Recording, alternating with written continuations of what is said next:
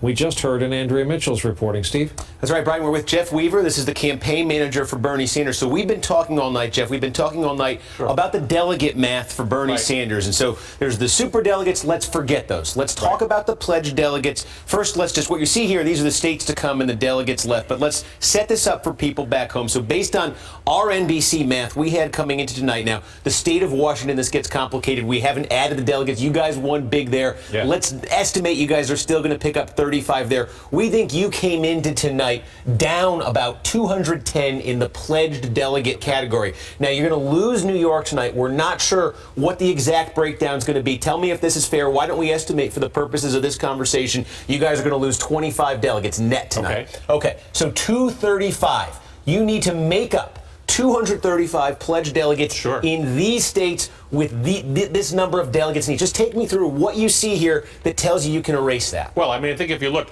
I mean, obviously the big state here is California. I mean, a big win there, get you a lot of delegates. Oregon is a state that should be very, very good for the senator. These states, you know, we've won all the states around these states, so these states would seem to be prime territory for the senator. You know, the senator's been increasingly doing well with Latino voters in states across the country. So New Mexico is certainly in play. Indiana, a state that he's going to do well in. It's possible to run all of these states. New Jersey has a lot of delegates. I mean, it's just a lot. If you look at a lot of delegates on the board, 235. I mean, that's only half the number in one state.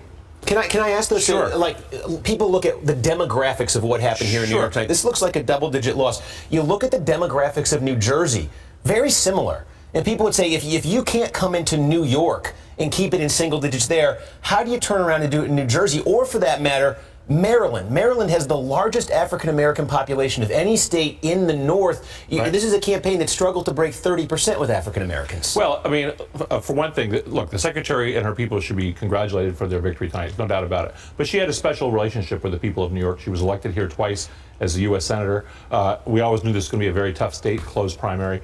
So the fact that, you know, she did very, very well in New York doesn't necessarily mean the same thing in these other states. The rest of the New England states we should do well in. Again, New Jersey is a state where I think we are doing very well right now. When you look a week from tonight, we're going to be talking about Pennsylvania, Maryland, Delaware, Connecticut, Rhode Island. With the loss in New York, with the 235 or so pledged delegate gap, is it fair to say you are in must-win territory in all of these states? No, I don't think you have to win all of them. But look, I think you have to win. You know, certainly Pennsylvania becomes a very, very important state in this process. We're doing very well there. Certainly our internal polls and some of the are much better than some of the public polls that are out there. So we should do very, very well there. You know, when we get past the 26th, you go into May, you got one state a week. I think we have the possibility of winning every single state in that month. Every single week in that month, and then again on June 5th or June 7th is that's the big day. You know, we're going to have New Jersey, California, and a bunch of other states. Let me just ask you this, because the Clinton people would come back with this. We're looking at all the delegate math here. So let's say you somehow did erase the 235 and you got ahead in the pledge again. What you hear from the Clinton people is she's still winning the popular vote. You guys want to be able to tell the superdelegates, hey, the people are on our side. You have no choice but to do it as well. The Clinton people say even if you do that, the popular vote still goes to Hillary Clinton. Well, right, but of course that popular vote doesn't include what's happened in all the caucus states. So those votes are not included in that popular vote total, which brings down the number substantially. And then when we get to the convention, look, at the end of the day, the Democrats are going to have to decide who they want to elect in terms of who's going to be the best in November. And clearly the polls are almost unanimous now that Bernie Sanders is a much more electable candidate in November.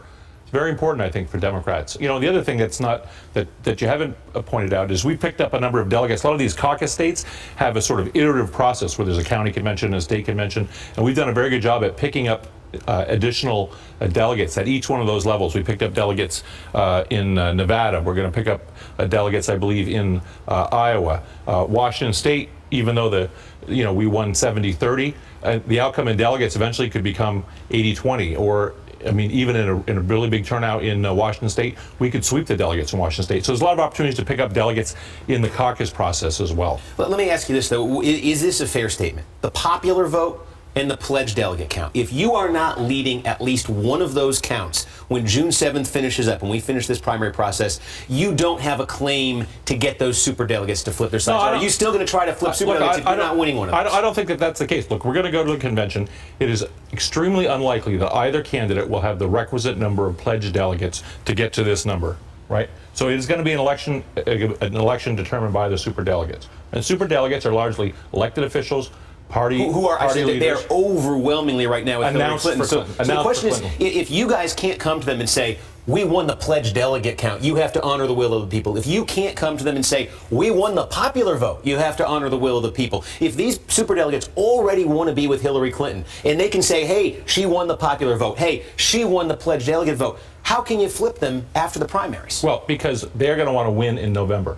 And if the polling continues to show that Bernie Sanders is a much stronger candidate in the general election, and that's for a few reasons, right? He brings a lot of young people into the process who might otherwise participate.